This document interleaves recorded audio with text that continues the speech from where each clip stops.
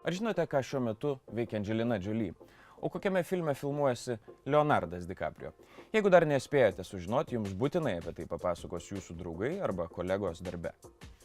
Taigi kinas patinka mums visiems, tačiau dokumentikos žanras turi kur kas mažiau gerbėjų. Nors Lietuvoje ir yra sukurta gausybė dokumentinio kino šedevrų, kurios ne tik verta, tačiau ir būtina pamatyti.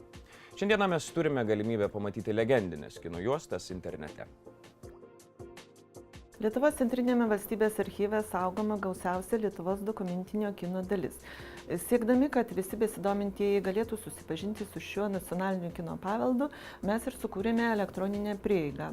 Interneto portale ekinas.lt pateikėme 1000 dokumentinių filmų. Rengdami šį virtualų kino archyvą turėjome suskaitmeninti daugiau kaip 500 analoginės kino juostos, tai prilygtų atstumui nuo Vilniaus iki Talino. Studijuoju Lietuvos muzikos ir teatro akademijoje kino prodiusavimą ir domiuosi ne tik šiuolaikiniu kinu, bet ir ankstesniais lietuvių menininkų darbais. Todėl šitas kino projektas man yra labai patogus, nes galiu domėtis senoje kino istorija, dokumentiniais filmais, ne tik namuose, bet ir štai čia sėdėdama šiame parkelyje.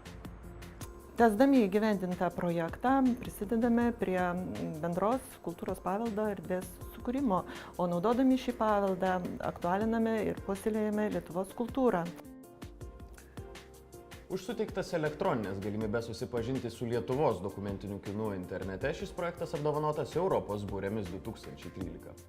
Norėdami pajausti ES struktūrinių fondų teikiamą naudą, būtinai apsilankykite internetinėme kino archyve ekinas.lt.